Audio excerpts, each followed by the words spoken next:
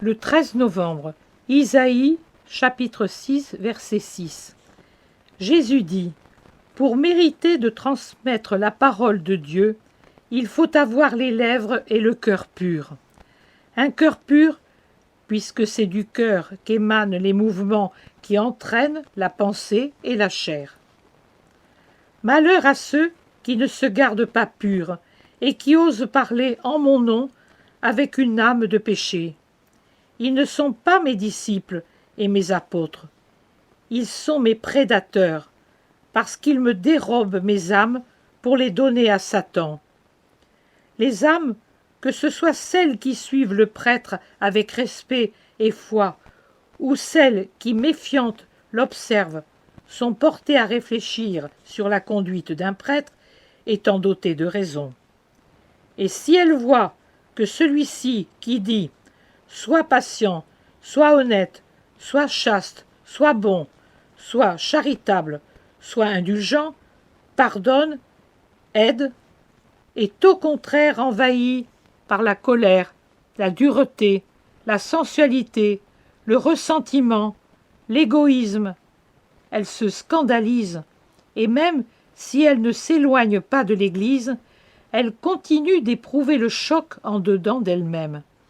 Ce sont comme des coups de bélier à l'édifice de la foi dans les cœurs que vous donnez, vous les prêtres, qui n'êtes pas les victimes de votre sublime ministère, lequel fait de vous les continuateurs des 12 parmi les foules qui, 20 siècles plus tard, restent à évangéliser, puisque Satan détruit sans cesse l'œuvre du Christ, et que c'est à vous de réparer les injures de Satan.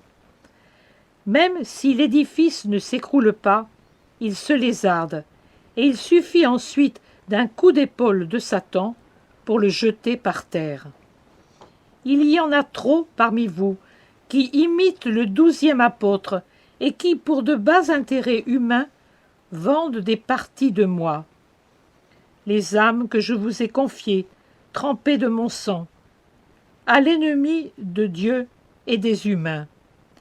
La situation actuelle, au moins la moitié, et je suis indulgent, dépend de vous, sel devenu insipide, feu qui ne réchauffe plus, lumière qui fume et ne brille pas, pain devenu amer et réconfort devenu tourment, parce qu'aux âmes qui déjà blessées viennent à vous, vous ne présentez qu'une façade hérissée d'épines.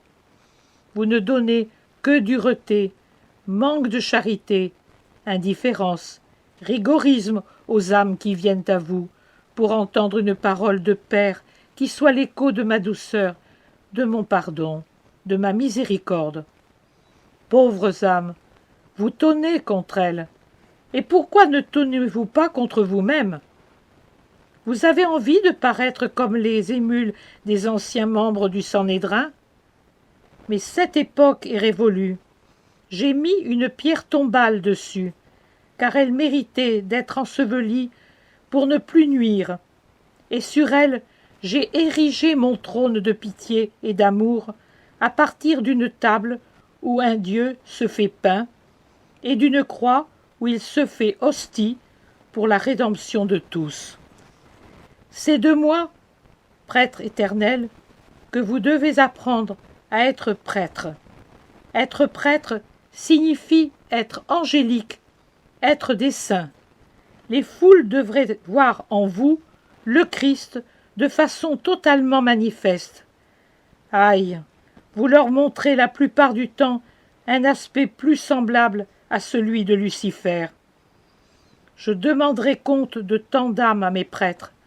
Je vous répète les paroles de Paul, et vous feriez mieux de confesser ouvertement que vous ne pouvez plus rester dans cette vie plutôt que de vivre comme vous le faites. Vous seriez ainsi seul à m'abjurer. En y restant, vous coupez de moi beaucoup d'âmes. Laissez donc de côté, une fois pour toutes, vos fioritures et vos soucis. Pour vous cultiver, retournez au texte et demandez à Dieu de purifier votre esprit et votre cœur, avec le feu de la continence et de l'amour, pour pouvoir les comprendre comme il se doit. Sachez que vous avez transformé les joyaux ardents de mon évangile en petites pierres opaques, salies par la boue, quand vous n'en avez pas fait de grosses pierres d'anathème pour lapider les pauvres âmes, en imputant aux paroles d'amour un rigorisme qui glace et mène au désespoir. C'est vous qui méritez ces pierres, car si un troupeau est dévoré par les loups, ou tombe dans un ravin, ou se repaît d'herbes vénéneuses, c'est à qui la faute 9 fois sur 10?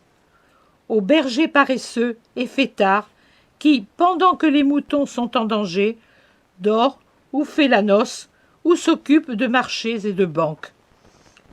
Demandez à Dieu, par une pénitence de vie qui vous lave de trop d'humanité, qu'un séraphin vous purifie continuellement avec un charbon allumé, pris sur l'autel par l'agneau, par le cœur de l'agneau, pourrais-je dire, lequel brûle de toute éternité, grâce aux ailes de Dieu et des âmes.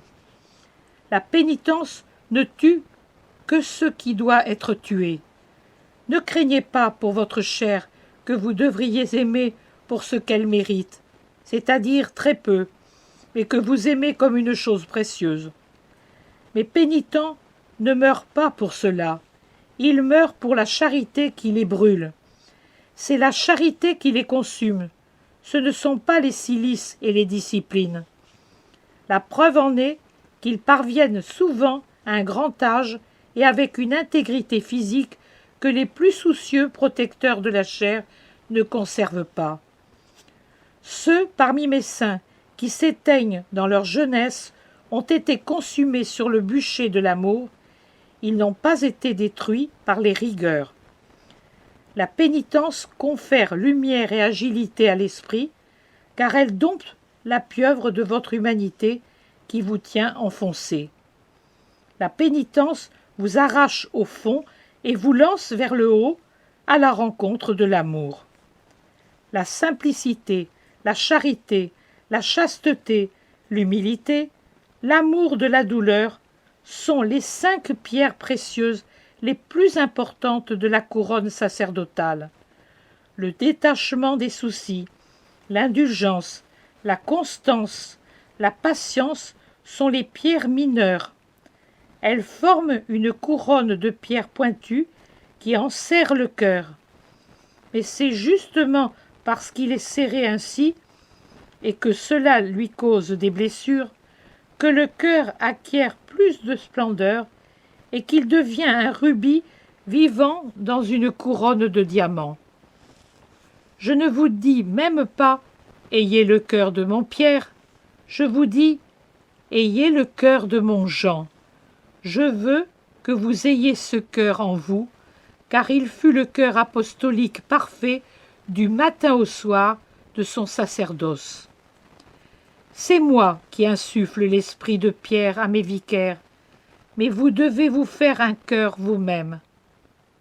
Et ce cœur est indispensable chez ceux qui sont mes prêtres, de mon Saint Très-Haut, dont l'âme et la pensée sont aussi blanches que son habit, et qui est l'hostie la plus importante dans cette messe sanglante que la terre célèbre, jusqu'au plus humble de mes ministres qui rompt le pain et la parole dans un petit village perdu, un groupe de maisons éparpillées que le monde n'est même pas conscient de porter à sa surface, mais que l'Eucharistie et la croix rendent aussi majestueux qu'un palais, plus majestueux encore, elles le rendent semblable au temple suprême de la chrétienté, car qu'il soit dans un ciboire en or incrusté de perles ou dans un pauvre ciboire, c'est le même Christ, Fils de Dieu. Et les âmes qui se prosternent devant lui, vêtues de la pourpre cardinalice et d'un manteau royal, ou habillées d'une humble tunique ou de misérables vêtements, sont égales pour moi. Je regarde l'esprit, mes enfants, et je bénis le mérite où qu'il se trouve. Je ne me laisse pas séduire par ce qui est du monde, comme cela vous arrive souvent. Transformez vos cœurs, prêtres. Le salut de l'humanité est entre vos mains. Faites en sorte qu'au grand jour, je ne sois pas obligé de foudroyer de vastes multitudes de consacrés, responsables des immenses ruines qui des cœurs ont déferlé sur le monde.